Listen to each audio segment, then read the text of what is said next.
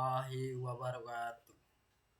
Perkenalkan, nama saya Kevin Saputra, NPM 2435101008. Baik, di sini saya akan melanjutkan bab 4 dengan judul Skalabel CSS Arsitektur dan Preprosesor.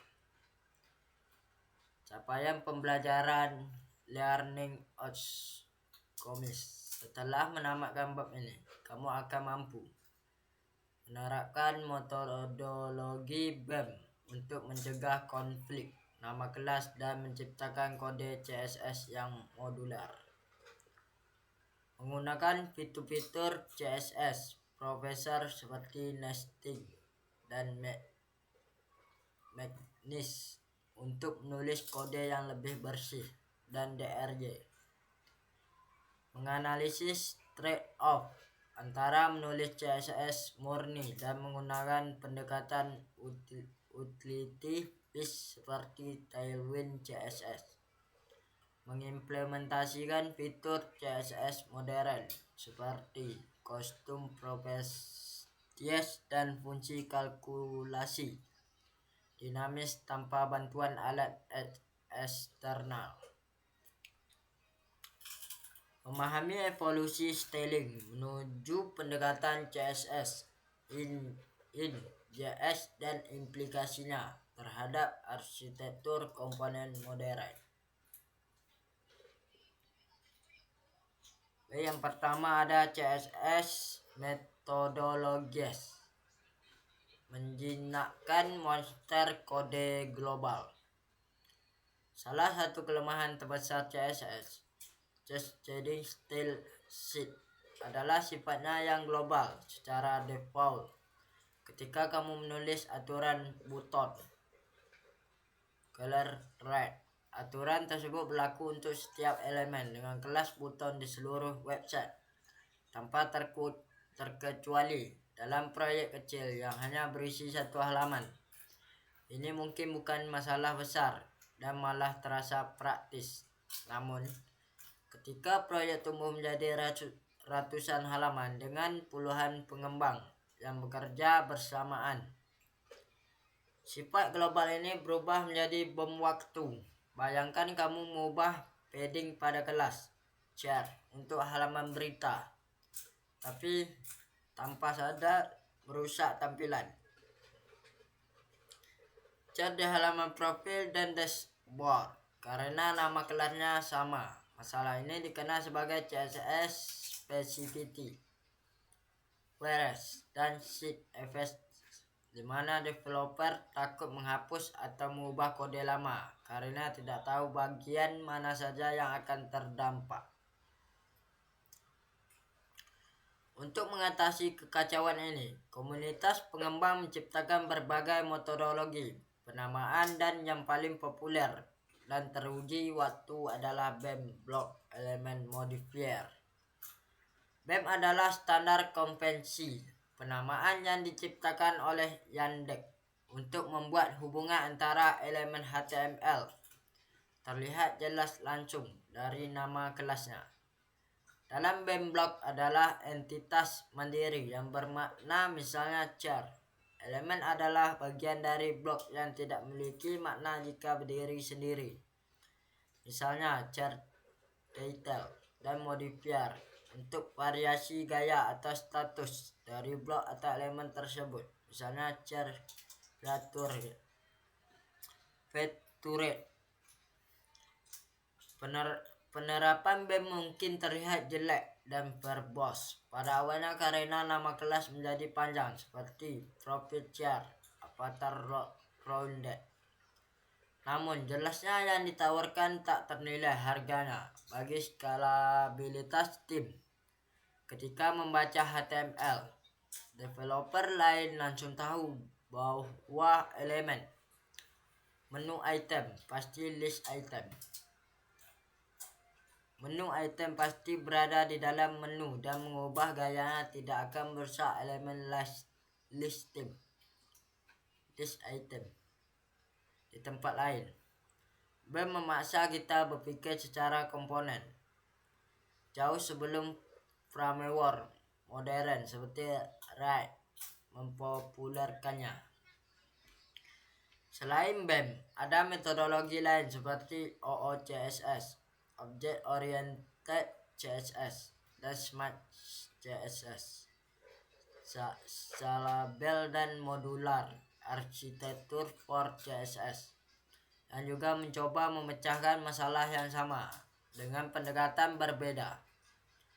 OOCSS berfokus pada pemisahan antara struktur dan tampilan, serta pemisahan antara kontainer dan konten. Sementara SMA CSS sebagai CSS menjadi 5 kategori: base, layout, modul, state, dan theme. Meskipun aturan teknisnya berbeda, benang merah dari semua metodologi ini adalah upaya untuk mengurangi repetisi kode dan mengisolusi kaya agar perubahan di satu tempat tidak merambat menjadi bencana di tempat lain.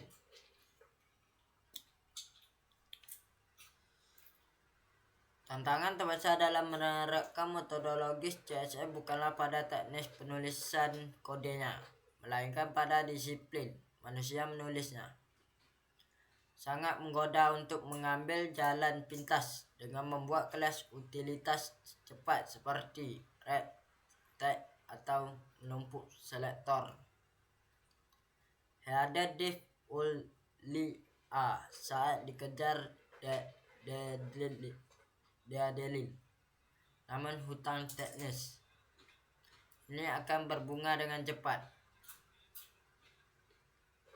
Kode yang tidak terstruktur akan menjadi read only, hanya bisa ditulis, tidak bisa dibaca lagi, memaksa developer selanjutnya untuk terus menambahkan kode baru di bagian paling bawah file CSS.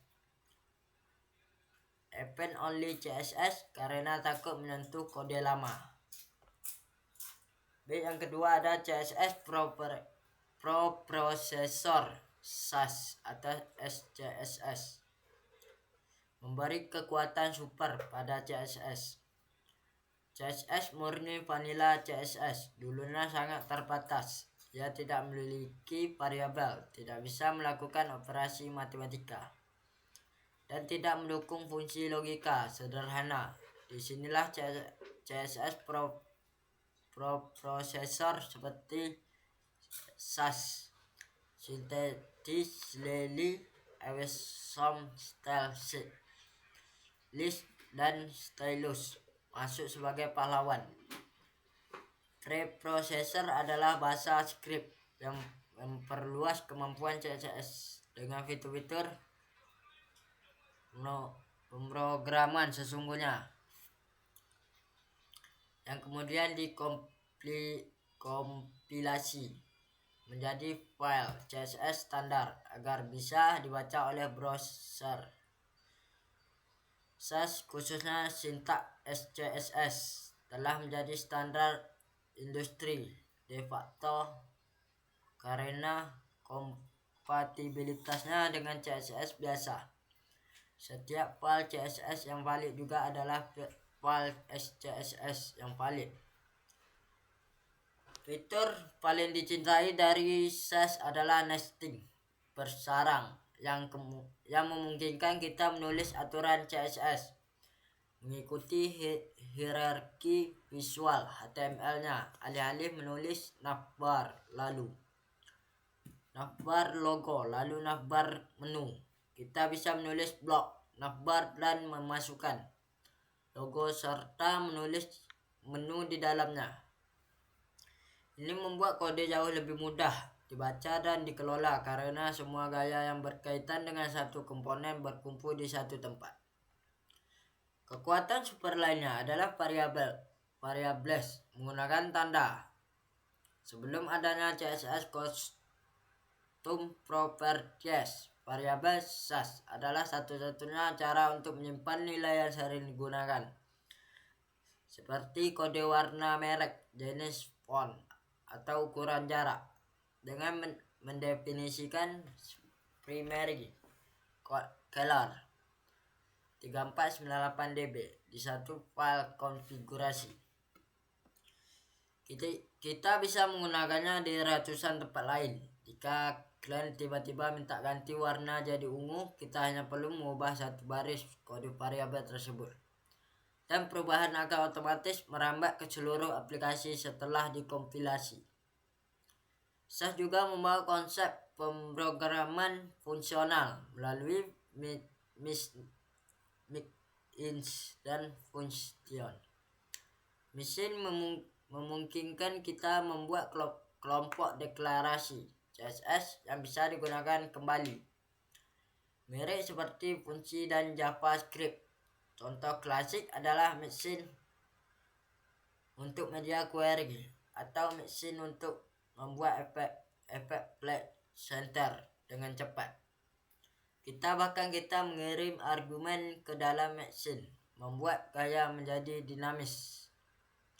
Selain itu, SAS memiliki fitur partials dan import use di versi terbaru yang memungkinkan kita memecah file CSS raksasa menjadi potongan-potongan kecil yang modular. Meskipun CSS native kini mulai mengadopsi fitur-fitur yang dulu hanya ada di SAS, seperti variabel dan nesting, SAS tetap relevan karena fitur-fitur canggihnya seperti operasi matematika kompleks, log, for, dan manipulasi warna darken, lighten, yang belum bisa dilakukan browser secara efisien. Menggunakan preprosesor juga berarti kita bisa menggunakan fitur CSS masa depan hari ini tanpa menggunakan semua browser mendukungnya. Yang ketiga ada utility fish konsep Tailwind, revolusi kontroversial. Jika BEM dan SAS mencoba mengatur CSS dengan cara mengelompokkan gaya ke dalam komponen semantik, Tailwind CSS datang dengan filosofi yang berlawan total. Utility fish alih-alih membuat kelas btn primary dan menulis 10 baris CSS di dalamnya, Tailwind menyediakan ribuan kelas kecil utility class yang masing-masing hanya melakukan satu hal, seperti BG Blue 500 latar biru, P4 padding, text center, rata tengah, atau rounded 1G sudut melengkung. Developer membangun antarmuka dengan menyusun kelas ini langsung di elemen HTML, mirip seperti bermain Lego. Namun dibalik kekotoran HTML tersebut, Tailwind menyelesaikan masalah terbesar dalam CSS skala besar, masalah penamaan dan pertumbuhan file CSS. Dengan Tailwind, kamu tidak perlu lagi pusing memikirkan nama kelas konyol seperti sidebar, inner, wrapper, bottom. Kamu juga tidak perlu menulis CSS baru setiap kali membuat fitur baru. Kamu hanya menggunakan ulang utilitas yang sudah ada. Hasilnya ukuran file CSS kamu cenderung berhenti tumbuh meskipun aplikasimu terus bertambah besar. Kekuatan utama Tailwind terletak pada sistem design tokens yang terkonfigurasi dengan ketat di Tailwind config.js. Tailwind membatasi pilihanmu pada skala nilai yang sudah ditentukan. Misalnya, margin hanya boleh M1, M2, M4, sehingga mencegah penggunaan magic number sembarangan seperti margin 13px. Ini memaksa konsistensi desain di seluruh tim tanpa perlu komunikasi verbal yang intens. Kritik utama terhadap Tailwind adalah markup HTML yang menjadi sangat panjang dan sulit dibaca fluid thread. Namun argumen pendukungnya adalah bahwa di era modern, komponen based red seperti kita jarang melihat HTML mentah. Kita membungkus markup yang rumit itu ke dalam komponen yang bisa digunakan kembali. Misalnya, kita membuat komponen button satu kali dengan 20 kelas Tailwind. Lalu di tempat lain kita hanya memanggil button yang bersih. Fitur Git Just-in-Time Compiler milik Tailwind juga merupakan inovasi teknis yang luar biasa. Alih-alih mengirimkan file CSS raksasa berisi semua kemungkinan kelas yang ada, kompiler Tailwind memindai file HTML atau CSS kamu mendeteksi kelas mana yang sebenarnya kamu gunakan dan menghasilkan file CSS super kecil yang hanya berisi gaya dipakai tersebut. Ini memberikan performa loading yang sangat cepat di sisi pengguna. Ditambah lagi fitur responsive seperti MD Flagbox hanya di layar medium ke atas, dan step modifier seperti Hopper BGBlue 700 membuat pengembangan UI interaktif menjadi sangat cepat tanpa perlu meninggalkan file HTML. Tailwind bukan sekadar library CSS, tapi sebuah API untuk sistem desain. Modern CSS fitur kekuatan native browser, sementara alat eksternal seperti Sass dan Tailwind bertarung standar CSS. Native di browser terus berkembang pesat, mengadopsi fitur-fitur yang membuat banyak alat bantu lama menjadi using.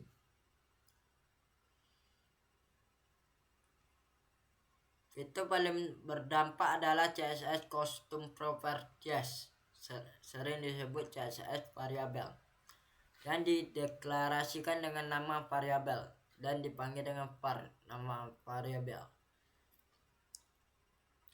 Berbeda dengan variabel Sass yang mati setelah dikompilasi, variabel CSS hidup di dalam BOM. Artinya variabel ini bisa diubah secara dinamis oleh JavaScript atau dipengaruhi oleh media query. Fungsi matematika shell juga telah mengubah cara kita menghitung tata letak. Kita bisa mencampur unit yang berbeda seperti width shell 100% sampai 20 px yang menjamin elemen selebar layar dikurangi margin tetap 20 px. Lebih canggih lagi, fungsi claim min preferred max memungkinkan kita membuat tipografi dan elemen yang fluid cair, misalnya font size. Claim 1 rem 5 pw 2 rem berarti ukuran font minimal 1 rem, idealnya 5% dari lebar layar, tapi tidak boleh lebih dari 2 rem. Pseudo class modern seperti is, where, dan has memberikan kekuatan seleksi yang setara dengan jQuery di masa lalu. Selector has sering disebut sebagai parent selector yang telah diimpikan developer selama 20 tahun dengan jar hash img. Kita bisa memberi gaya khusus pada kartu hanya jika kartu tersebut memiliki gambar di dalamnya. Ini membuka kemungkinan styling kontekstual yang sebelumnya mustahil dilakukan dengan CSS murni. Fitur tata letak logical properties juga menjadi standar wajib untuk internasionalisasi menggunakan margin inline star alih-alih margin left, memastikan bahwa jarak selalu berada di awal tag, baik itu di kiri untuk bahasa Inggris atau Indonesia, maupun di kanan untuk bahasa Arab atau Hebrew. Demikian pula dengan block size tinggi dan inline size lebar. Mengadopsi properti logis untuk membuat aplikasi kita future-proof dan siap untuk pasar global tanpa perlu refactoring besar-besaran di kemudian hari. Evolusi CSS native ini menunjukkan bahwa browser semakin pintar dan mampu menangani logika presentasi yang kompleks. Sebagai web arsitek, kita harus terus memperbarui pengetahuan kita tentang apa yang sudah didukung secara native. Menggunakan fitur bawaan browser selalu lebih baik untuk performa daripada membebani pengguna dengan library JavaScript berat yang mencoba meniru fitur tersebut. Yang kelima ada CSS in JS Overview. Mengawinkan logika dan gaya evolusi arsitektur frontend menuju komponen basis arsitektur seperti React, Vue, Angular melahirkan paradigma baru yang kontroversial namun populer. CSS in JS. Pendekatan ini yang dipopulerkan oleh library seperti Styled, Component, dan Emotion. Memindahkan definisi gaya dari file CSS terpisah langsung ke dalam file JavaScript komponen. Idenya adalah bahwa jika komponen UI, HTML, dan logikanya CSS sudah digabung, mengapa gayanya CSS harus dipisah dengan CSS in JS? Kita bisa menulis CSS di dalam string template literal JS dan library akan otomatis menggenerat nama kelas unik seperti SC, BDF, BWQ dan menyuntikkannya ke halaman. Keuntungan utama CSS in JS adalah scope stylish, gaya terisolusi. Secara default, kita tidak perlu lagi memikirkan metodologi penamaan BEM atau takut terjadi konflik nama kelas karena setiap gaya dijamin unik untuk komponen tersebut. Selain itu, CSS in JS memungkinkan dynamic styling yang sangat kuat karena kita memiliki akses penuh ke variabel JavaScript, komponen, dan state. Namun kenyamaan ini datang dengan harga yang harus dibayar, yaitu runtime overhead. Browser akan mengunduh library CSS in JS, memparsing JavaScript, mengeksekusi logika gaya menggenerate CSS, lalu menyuntikkannya ke DOM. Proses ini memakan waktu CPU dan bisa menyebabkan penurunan performa, terutama pada perangkat mobile kelas bawah. Selain itu, ukuran bandar JavaScript aplikasi akan membengkak karena kode CSS sekarang ikut masuk ke dalam bandar CSS. Masalah lain adalah pause flat of unstyled content. Jika konfigurasi server-side rendering SSR tidak dilakukan dengan benar. Sebagai respon terhadap masalah performa ini, muncul gelombang baru library Zero Runtime CSS in JS seperti Linaria dan Vanilla Trace. Alat-alat ini memungkinkan kita menulis gaya menggunakan sintak CSS in JS yang nyaman saat development, tapi saat proses build, mereka akan mengekstrak gaya tersebut menjadi file CSS statis biasa.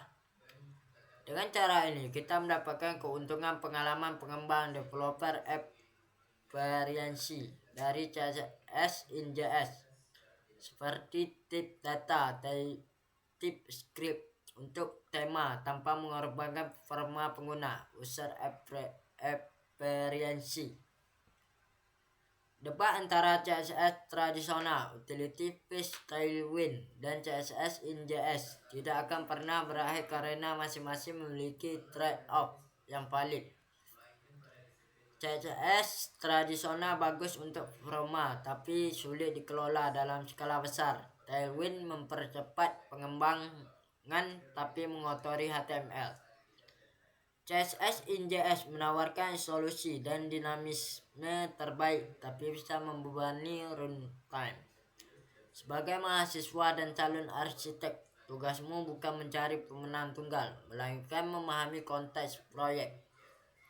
Apakah kamu membangun dashboard admin yang butuh cepat, jadi Tailwind, atau desain sistem perusahaan besar yang butuh solusi ketat?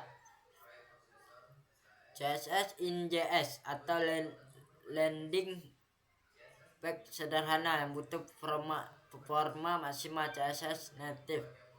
Pilihan alatmu harus didasarkan pada kebutuhan arsitektural, bukan sekadar ikut-ikutan tren. Baik, yang keenam ada integrasi keislaman, kerapian, efisiensi, dan keberlanjutan amal.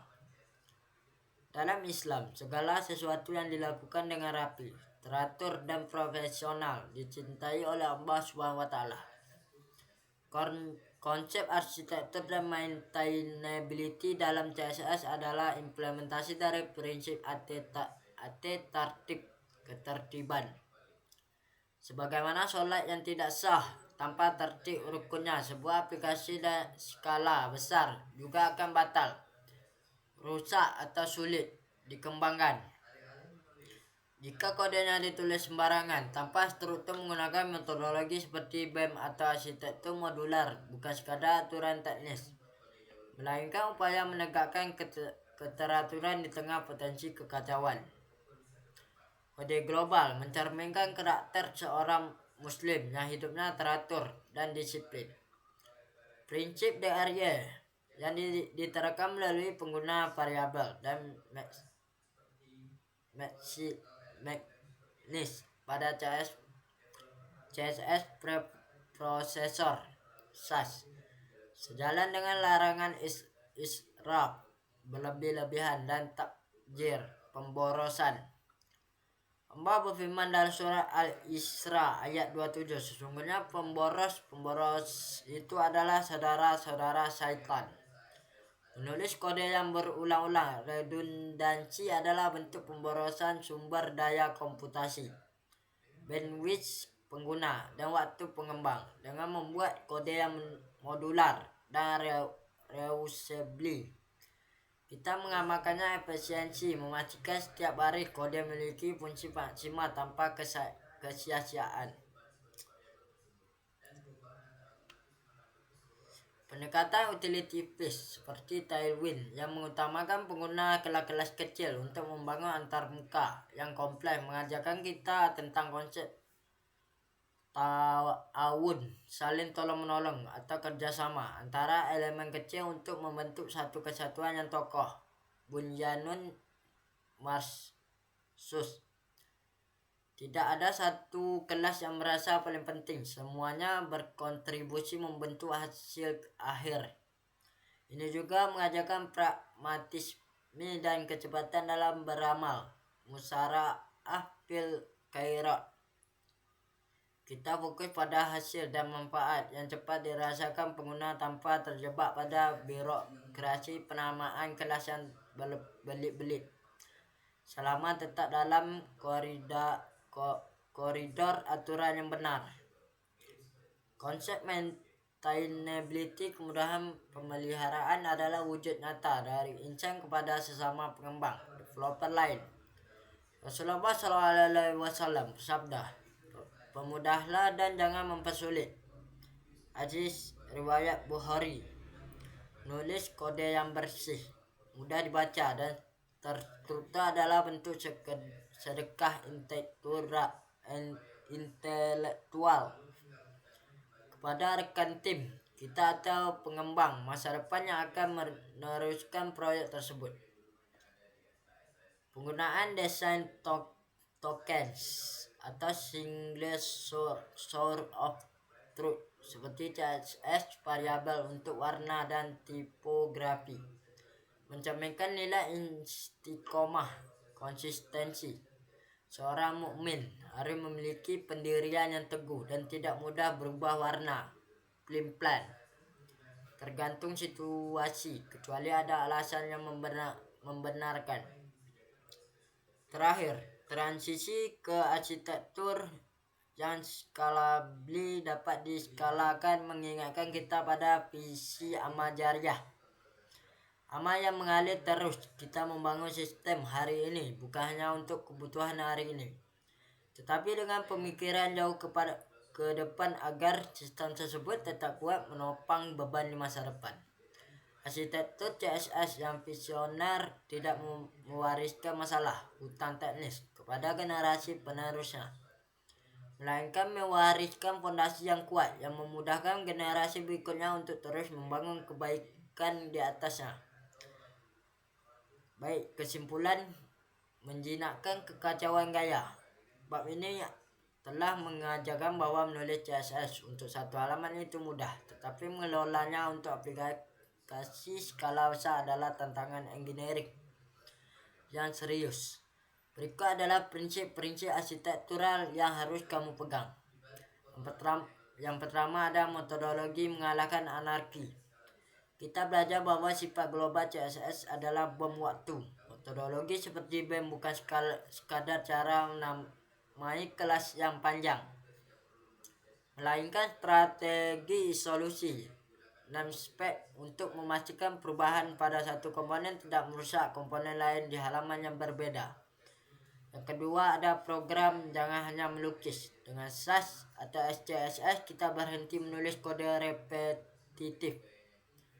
Fitur seperti nesting, make is dan variabel memungkinkan kita menerapkan prinsip DRY pada styling, menjadikan kode CSS lebih modular dan logis layaknya bahasa pemrograman sesungguhan. Yang ketiga ada paradigma utility based tailwind. Kita melihat sisi lain dari koin di mana mengotori HTML dengan kelas utilitas ternyata menjadi solusi ampuh untuk masalah inkonsistensi desain dan pembengkakan file CSS. Tailwind bukan sekadar library, melainkan penegak sistem desain. Yang keempat ada kekuatan native browser. Jangan meremehkan apa yang sudah tersedia secara gratis. Itu modern seperti CSS, custom properties variable, dan fungsi shell. Memungkinkan kita melakukan hal-hal dinamis langsung di browser tanpa perlu proses kompilasi yang rumit. Use the platform adalah matra efisiensi. Yang kelima ada tidak ada peluru perak. Perdebatan antara CSS tradisional Tailwind dan CSS in.js tidak akan pernah usai karena masing-masing melayani kebutuhan berbeda. Arsitek yang baik tidak fanatik pada satu alat. Ia memilih Tailwind untuk kecepatan interaksi CSS in.js. Untuk solusi komponen yang ketat atau CSS native untuk performa maksimal. Dengan pemahaman tentang arsitektur gaya ini, kita siap melangkah ke bab 5, di mana kita akan membedah otak dari aplikasi web, bahasa pemrograman JavaScript, dan cara kerjanya di balik layar. Baik, hanya itu yang dapat saya bacakan. Apabila ada kesalahan mohon dimaafkan. Wassalamualaikum warahmatullahi wabarakatuh.